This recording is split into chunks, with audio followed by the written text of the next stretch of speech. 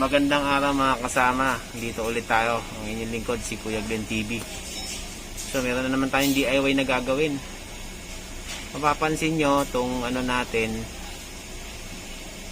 monitor, walang video, no?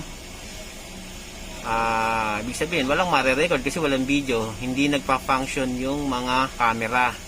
So ngayon ang gagawin natin, ang reason yan is kailangan natin palitan yung power supply. So gagawin natin ngayon, magpapalit tayo ng power supply. Okay, let's go mga kasama, samahan nyo ulit ako. Okay mga kasama, ito na nga yun, no? Ito yung pinaka box. Okay, nandiyan dyan lahat. So ito po yung power supply. Yan. Gagawin natin ngayon, tanggalin natin siya, and then magpapalitan natin ng bago. Okay, so gawin natin ngayon, palitan natin siya. Okay, let's go. Before tayo mag-start mga kasama, no, syempre lagi nating isipin lagi yung safety, no? Safety first muna tayo.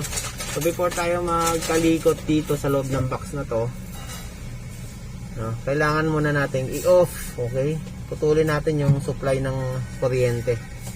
Okay, itong plug na to, so i-unplug natin yan. Okay, tapos i-off natin tong switch. Okay, so yan, off, and then unplug.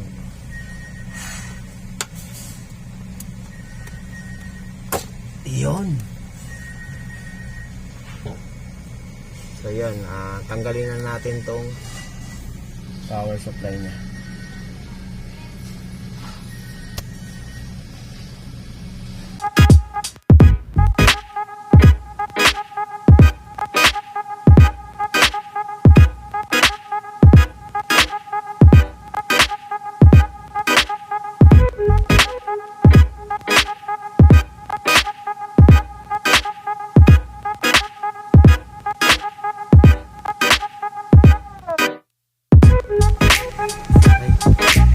Mapapansin nyo mga kasama, meron tayong masking tape na ginawa. Okay, so yun yung masking tape, no? 1, 2, 8 1, 2, 3, 4, 5, 6, 7, 8. So yung mga tape na yan, ilalagay ko yan sa kada isang wire na tatanggalin dito.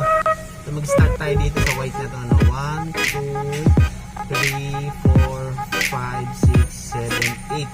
So dyan natin nalagay yung tape na yan para hindi tayo magkaroon ng pagkalito. Okay, hindi tayo malito pagbalik ng wire kasi pagka nagkamali ka dyan, pwedeng masira agad yung itong power supply. Pwedeng mag-short. Okay, worst comes to worst, pwedeng magkasunog or something, pero wag naman sana. So yun yung mga precautionary natin ginagawa, no? Lalo to electrical kasi to. So yan. Okay, tanggalin na natin to isa-isang mga wire na to. Okay.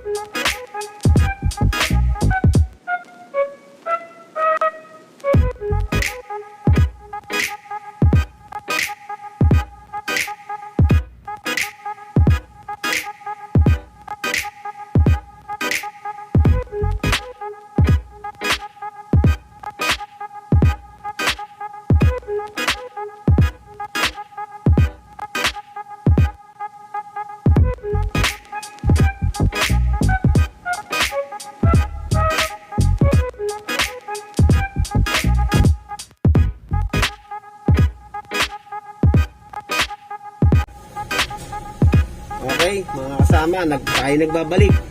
So ito na po yung power supply na ginawa natin dahil ito daw po ay high voltage. Mataas ang voltahe niya kaya ito ganito kalaki.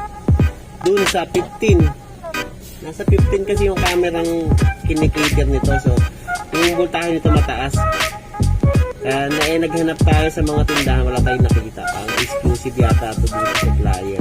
So, ang ginawa natin, naghanap tayo ng electronics shop na pwedeng gawin to. So, yun ang nangyari. Marami napalitan sa itong mga nasa loob yan. 4 yung nakita kong pinalitan niya kanina hinihinang. So, ngayon, ibabalik na natin siya dahil na-repair na siya. So, inabot lang tayo ng ano dito, ang singil sa akin, 750. So, dahil medyo po tayo, binigay sa akin ng 500, no? Napaka murang halaga, no? Kasi kung hahanapin natin yung bago, mahal yun. Tapos siguro ng mga 1.5 plus ang presyo nito. So, dinaan natin sa Kapugian. Alright, ewan ko dyan, nagpa-vlog-vlog pa kasi may nalalaman pa.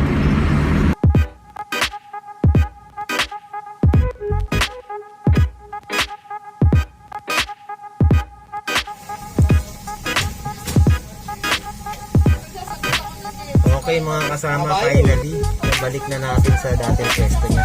Ito yung power supply na pinagawa natin, na instead of bumili tayo ng bago, pina-repair na lang natin siya.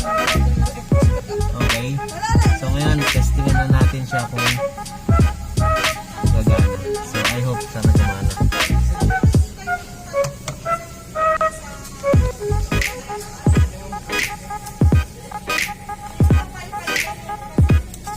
So ito yung papuntang saksakan ng kuryente.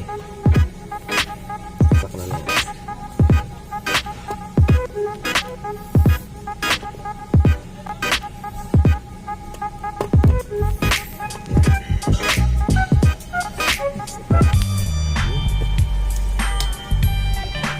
So yun. Kita nyo naman guys, umilaw, di ba? Kanina wala. So yun, success. Yun na natin yung monitor.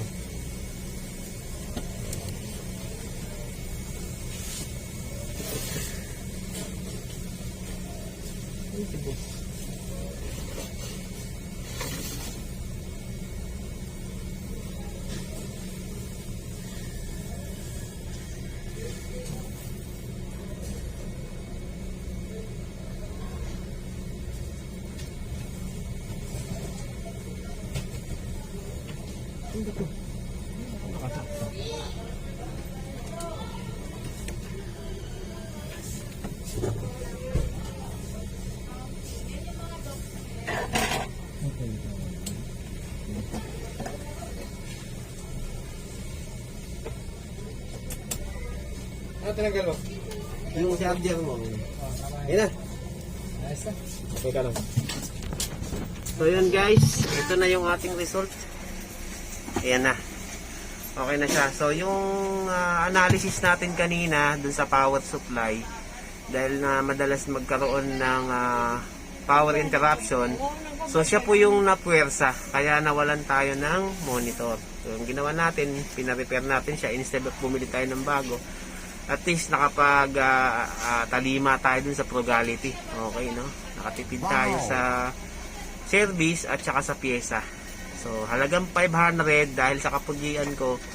Ewan ko dyan, nagpa-vlog-vlog pa kasi may nalalaman pa. Salamat mga kasama. Subaybayan po natin yung susunod nating video, no? Mag-comment lang po kayo kung ano yung gusto ninyong request na i-videoin natin. Okay? Salamat ng marami. Nagpapasalamat Kuya Glenn TV. Lagi po natin piliin maging masaya at magpasaya ng kapwa. Okay, salamat. Thank you!